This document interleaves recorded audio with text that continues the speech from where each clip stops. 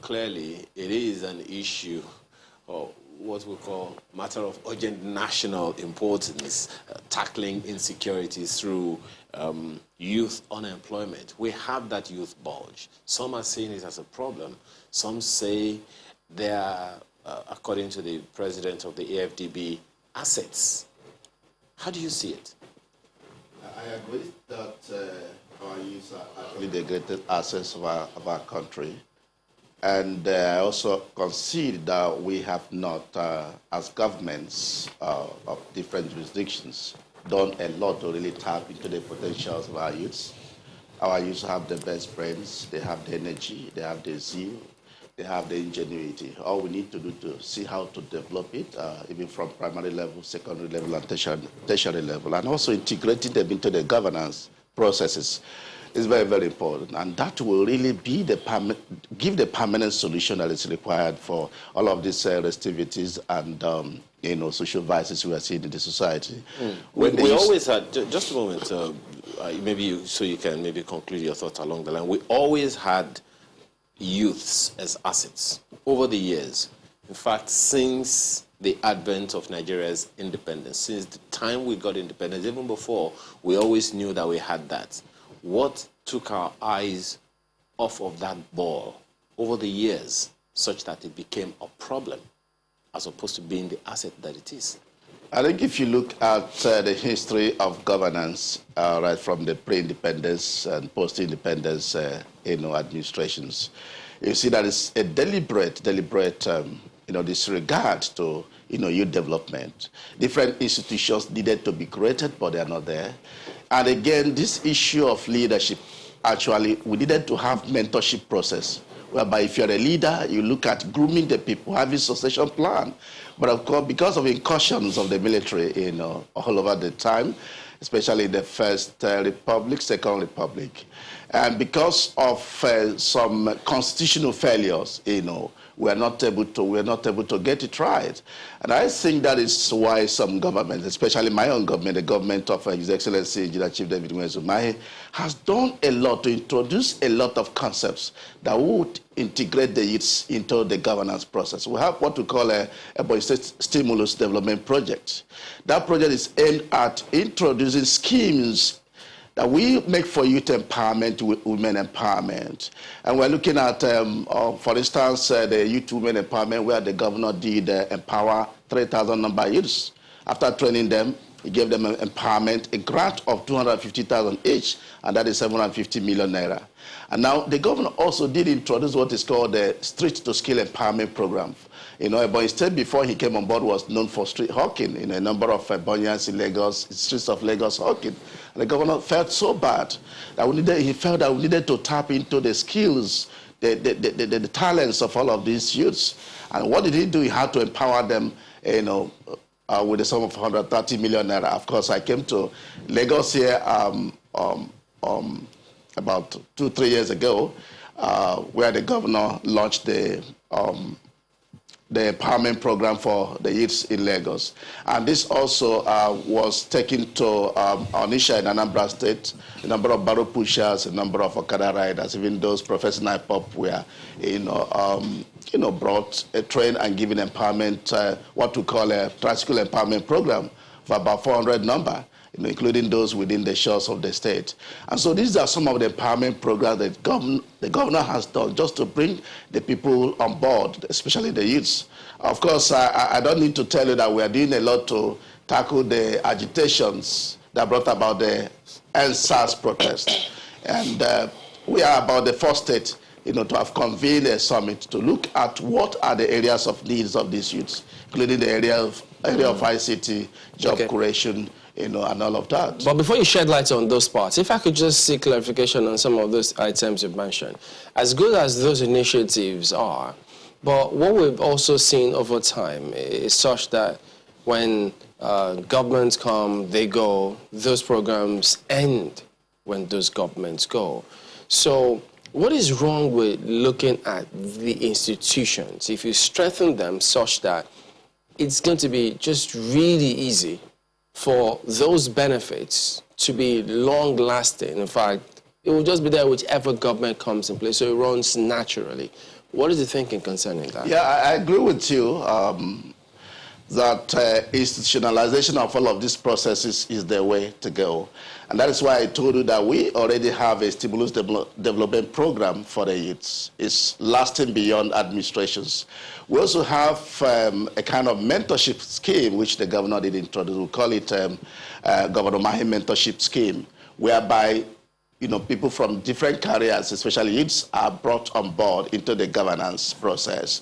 And some of them are made technical assistants, some are made senior technical assistants, some are made executive assistants, over 1,000 number of them, looking at areas where they have comparative advantage, and they are deployed into different ministries, departments, and agencies. And they understudy the governance process, especially understanding those, special virtues and mental character and moral character that the governor has deployed also into governance, looking at passion, looking at tenacity of purpose, looking at courage to do the right thing, looking at selflessness, looking at working for the people for the intrinsic value, not for the extrinsic value. And these are the things that have really impacted or have started to impact even on the performance of civil servants, of our public office holders, most of whom are youths. I tell you that in the Executive Council of Ebonyi State, we have over 110 non-ESCO members, about the highest anywhere in Nigeria. But you can see that we have about 80% of them who are youths. And this is the way to go. You will see a very old person in the Executive Council of Ebonyi State, and that has really helped. Right. And given all of these things, we think that in future we will have a better and much more better, leadership.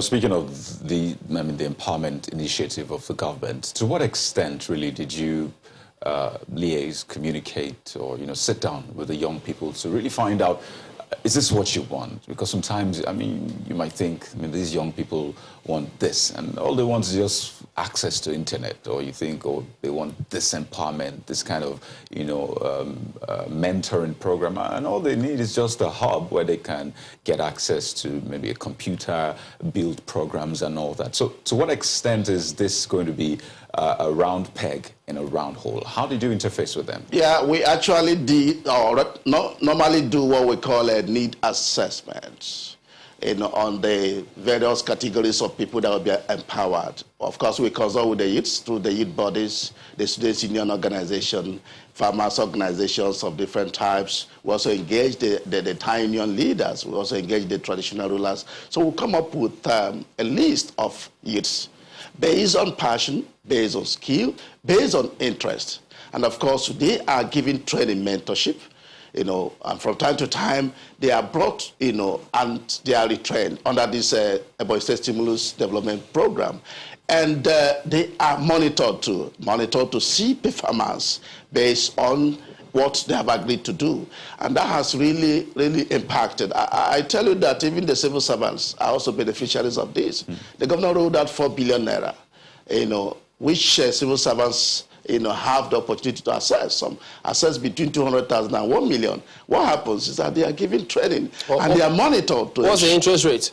Yeah, it's 5% single-digit interest, and it's paid over a period of 3 years, minimum. And of course, it does depend on when you are bowing out of service. And I can tell you that a lot of civil servants showed interest. We call it second address scheme. Whereby as a civil servant, you have white-collar job, you need to have green-collar job. You need to fall back on something that will be making up your civil service pay. That has really assisted, in our governance. Right. Because you can see that civil servants in Ebonyi State, they are so much contented, they are contented. The era of waste, even in governance, is a thing of the past, because they are actually contributing in ensuring that we don't have waste. So if I could just ask, is there a consensus for the youths now as to what they want from the government, what kind of provisions they want from government? Is there a consensus? Maybe I could give you examples. So they say, well, we need farmlands. So they say, well, we need access to internet. So they say, we need better education. What kind of messaging are you getting from them as to this is what we want as young people in the state? Yes, it's part of our feedback mechanism. From time to time, we have a kind of a discussion with them and interaction with them. We engage them, we interface with them. And we have seen that education is very critical. They're looking at funding education, especially from the primary level, to assist, the poor women, poor parents, by way of giving incentives and all of that, and giving quality education. And again, they are looking at developing ICT. And that is where they actually measure. And that is why ICT is one of the cardinal programs under the stimulus development program that we have. So what are we doing? Sometimes we have a seamless application process, whereby every application for empowerment is through the net or through online. Now from there, we know those that have the capacity, the potentials, and we bring them on board and give them empowerment. And again, they are looking at making agriculture to be mechanized. That is another area, because we have a lot of graduates who have got nothing to do, have got no employment. And so they now ask that government should help to mechanize agriculture. And that is one of the programs of government, mechanization and commercialization of agriculture. Now, under this program, over 53,000 number youths and women in the entire state have been enrolled into agriculture. And we're looking at about 13 billion naira over a period of 4 to 5 years that government did inject to empower youth and women in the area of agriculture. We're looking at an average of 250,000 per hectare. That is what every beneficiary does assess to go into any form of agriculture, whether primary production, whether secondary or tertiary production. Incidentally, I spent almost a year in Ebonyi State, and one thing I found out is a lot of young people actually have this flair for entertainment, and some of them I interfaced with, and I'm just wondering, what is the thinking of the government regarding that? Because there are people from Ebonyi State that are doing the state proud, but on a wider scale in the area of entertainment. And with the current trend now, it would seem that Nigerian entertainment specifically is getting to that $1 billion industry. So for the government, what are you thinking in that light to ensure that employment is also created and the value follows? Yeah, I agree with you that entertainment industry or creative industry is the way to go. We are looking at that area. That's why the government, first of all, had to develop, to transform the state.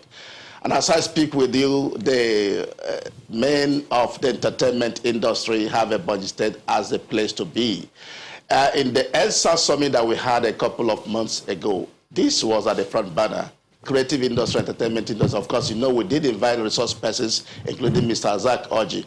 And what we are looking at now is proposal, which we have engaged Mr. Zach Oji and some other people in the entertainment industry. A proposal that will the government will partner to ensure that we get our youth and women on board in all forms of creative industry, and they will be developed.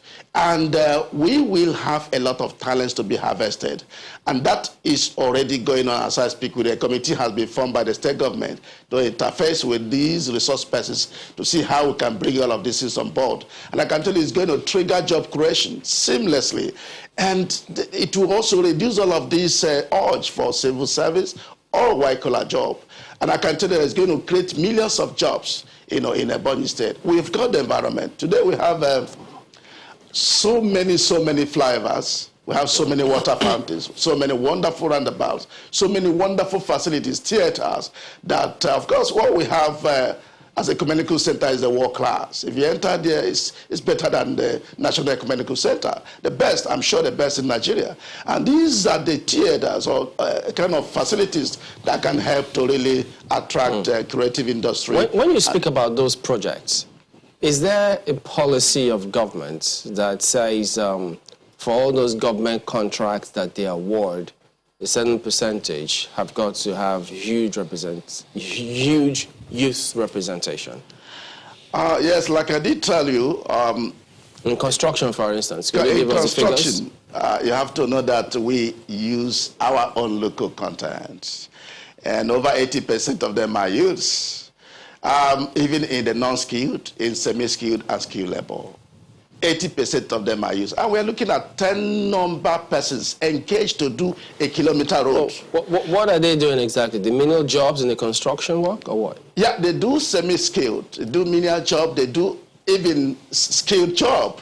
Like I told you, in Ebonyi State, we do more of direct labor job, and we engage our civil servants, we engage our youths. We distribute all of these construction processes such that our youths are integrated. So is there like a pool, a register where you have details and data of those young persons there who are either underemployed or unemployed, such that when they do get jobs, then you can monitor what is happening, so that's part of institutionalizing the whole process? Yes, we have empowerment and employment database targeting the youths, the graduates. And what we do is that if we are looking for civil engineers, for instance, we just go to the database and give them a contact and give them somewhat examination. Is this done by government?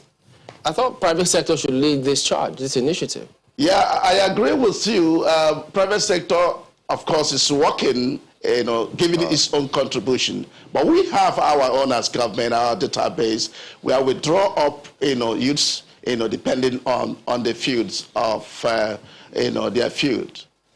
Since we're talking about tackling insecurity through youth unemployment, how significantly have these initiatives gone to stem the tide of insecurity in Ebonyi State specifically? You remember we hosted your governor earlier in the week, and he's been speaking a lot about insecurity, and just one that happened just a few days ago in the course of the week. So how significantly have these initiatives gone to stem the tide and give hope to the youth in Ebonyi State? Yes, like I said that today, Ebonyi State is a constitutional site. Apart from all of these communal clashes and banditry, which we are suspecting, intelligence will soon review whether it is politically motivated. I can tell you that Ebonyi State is the safest place because everywhere is a constitutional site. As a commissioner, you walk on the street and nobody does molest you.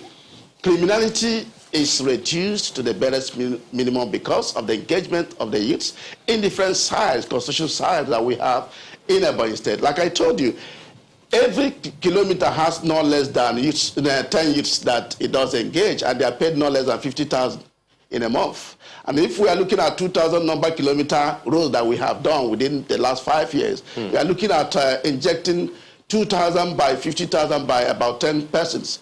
That's about 1 billion naira that government is injecting in semi-skilled and non-skilled labor engagement. Ms. Oji, I don't have my calculator, and I didn't really do very well at mathematics, so you probably aced me at that point with all the calculation. But for now, we have to just follow the money. Yeah, we have to thank you very much and hope that the youth themselves who have been beneficiaries of these initiatives will hear their voices as well. Thank you so much for being a part of this conversation. Uchenna Oji is Commissioner for Information, Ebonyi State. We're back in a moment. Do stay with us. The next item are your contributions. Oh, yes, it's an item on the program. And the first one we have here is about the conversation we just ended. Mulima Idimato says, some of our youth didn't believe in agriculture, but were white-collar jobs, which no longer exists. Agriculture is one of the surest ways to get us out of the woods. But I have a suggestion. How about you wear your white collar to the farm? It's a white-collar job. They all work together. One flows into the other. Everyone can't believe in the same thing. That's the way it works. So, and then there's nothing wrong when you believe in something. Yeah. You change your mind. You have a right to change your mind. Absolutely. Especially if they're trying to encourage you to go that route. So you never know. But we get your points, though. Is it that they didn't believe in it, or it didn't look fine? No, I think the subsistence nature really just put people off. But I mean, if there's anything we learned, mechanization is the way to go. Absolutely. So if we see more of that, there's a lot of values in that value chain. Oshinawa Kingsley tweets saying these security challenges are results of massive unemployment, biting poverty, hopelessness, he says, orchestrated corruption, poor infrastructural development, and guess what? He says it goes on. That's what the ETC means. If these are not properly addressed and nipped in the bud, then we're just at the beginning of our problems. But as Mark Bell would say, I mean, is it still in the bud? It's like a full boob. Well, we'll find out soon. Oh, yeah. But before then, Dr. Bouncer jumps in and says, let's develop a system to harness the collective wisdom and competencies of all Nigerians. We need economic clusters in all geopolitical zones in Nigeria. I think AFDB is doing something of this sort, so who knows? Mark? Well, Professor Inakina has this one to say: agriculture remains our hope of economic development. If 10% of our population is supported to invest in farming, Nigeria will witness economic prosperity. Make agricultural equipment and loans accessible at single digits without the burden of presenting a collateral. So these are some of the suggestions. And as you gentlemen rightly pointed out, they go together. I mean, the fact that you have a full-time job like this doesn't mean that you can be a farmer. It's one of the only, it's about the only job that you're allowed to do as a civil servant, and it is perfectly legal. So even for those who have white-collar jobs, now white-collar you go chop, I think that's a big question, you know, we all have to ask ourselves.